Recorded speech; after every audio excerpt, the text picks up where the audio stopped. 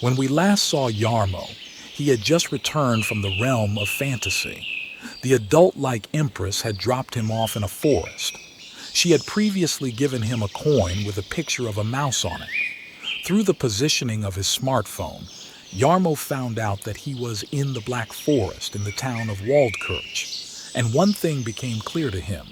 The adult-like empress had given him the task of retelling the story of a place where the real world meets the world of fantasy. He now knew exactly which place she meant, and so Jarmo's story continues. Amusement park, theme parks. These are the places where the world of fantasy meets the real world. These parks have developed from the tradition of the European fair. A fair should provide an opportunity to celebrate at certain intervals and to get away from the worries of the real world. Over time, these fairgrounds became stationary and developed into today's theme parks. There is a company in Germany that has experienced this development. Their story begins before there were theme parks in Germany at all. The company continued to evolve on its own, eventually opening a theme park that was dubbed the European Disneyland long before the real European Disneyland existed or was even planned. This incredible story began 244 years ago. Ladies and gentlemen, follow me through the history of EUROPA-PARK.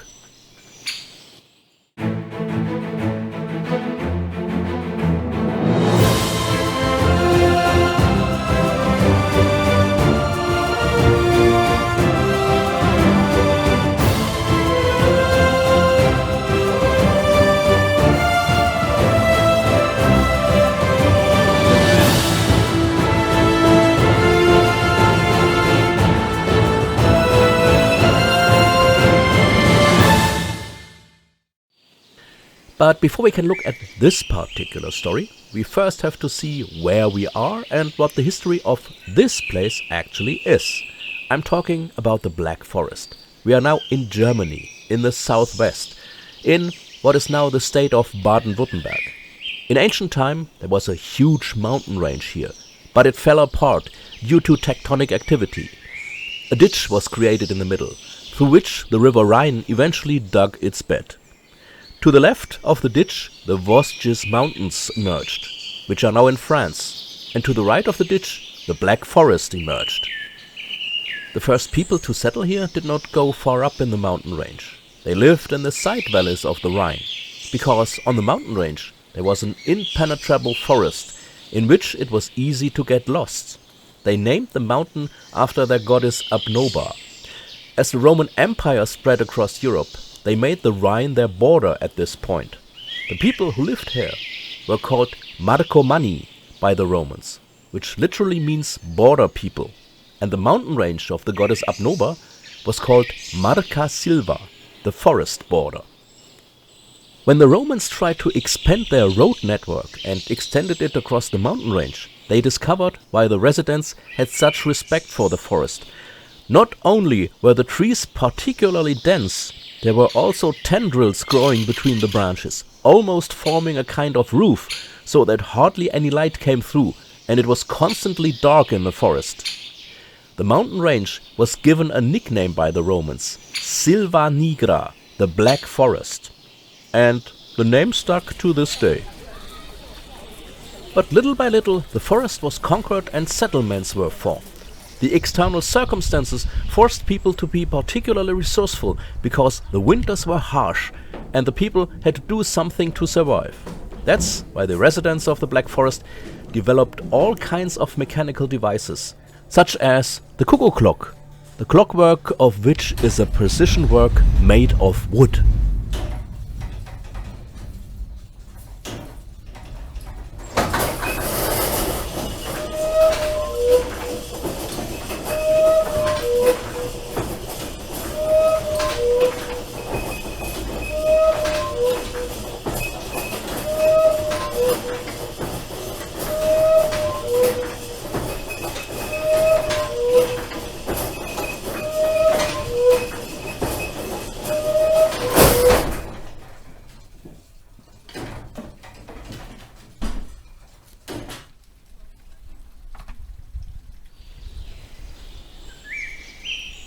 Now let's come to the city of Waldkirch. It's located in a side valley of the Rhine on the Elz River. The oldest documents show that a monastery was founded on this site in 918.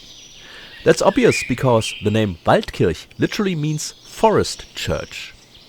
The settlement grew and was dominated by changing rulers. At one point, Waldkirch even belonged to Upper Austria, after it was purchased by Archduke Ferdinand of Austria in 1567.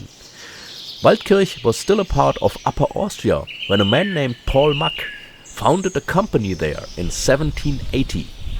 He was a trained wagon builder and his company manufactured various types of wooden wagons. He also had a piece of land that he farmed.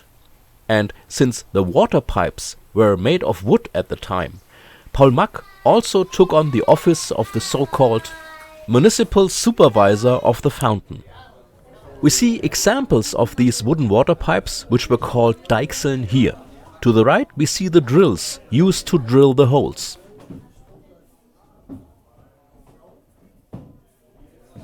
In 1787, Paul's son Johann Mack not only took over the company, but also the municipal office. He expanded the business from wagons to carriages and eventually large stagecoaches. Waldkirch had become known for its organ builders. These were large mechanical organs that made music automatically. Well, let's take a look at a small model of such a mechanical jukebox.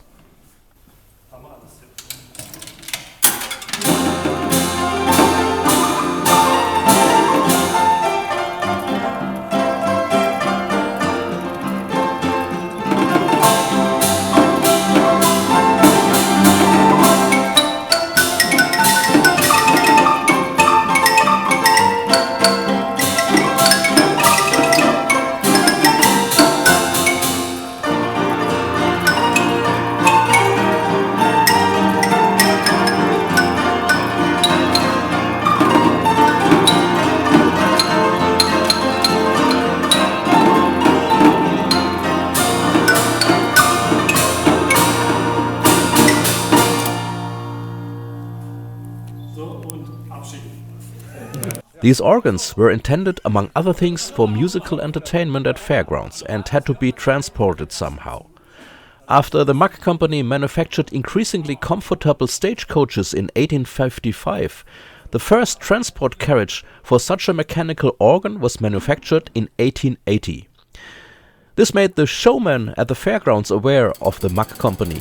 They asked for caravans that were tailored to their needs and also had individual parts made for their carousels, such as small-scale carriages or wooden horses. In 1920, the Mack company finally began producing complete rides for fairgrounds, and in 1921 the first wooden roller coaster was built. In the same year, Franz Mack was born, who would take over the company after the Second World War. The company built many classic fairground attractions: the Music Express, the Sea Storm Ride or the Wild Mouse. Franz Mack's son Roland, born in 1949, was introduced to the family business by his father when an idea emerged in the late 1960s under the influence of American theme parks. The Mack company had made a good name for itself, but potential customers would never see the rides in one place. If they wanted to see a ride, they might have to travel halfway around the world or even further. What the company was missing was a kind of shopping window. Franz Mack discussed with Roland whether a theme park should be built based on American parks. The Mack company would be able to exhibit its attractions there and would also have a second source of business. After a visit to the USA at the end of the 1960s, the decision was made. A theme park should be built. There was only one problem. Where should this park be built? In Waldkirch. The site that the company owned was needed for building and testing prototypes and manufacturing the rides. Furthermore, as already noted, Waldkirch is located in a valley and space for additional land was limited. So Franz and Roland Mack began looking for other locations in the early 1970s. And that ends the first part of the history of EUROPA-PARK, which didn't even have that name at the time.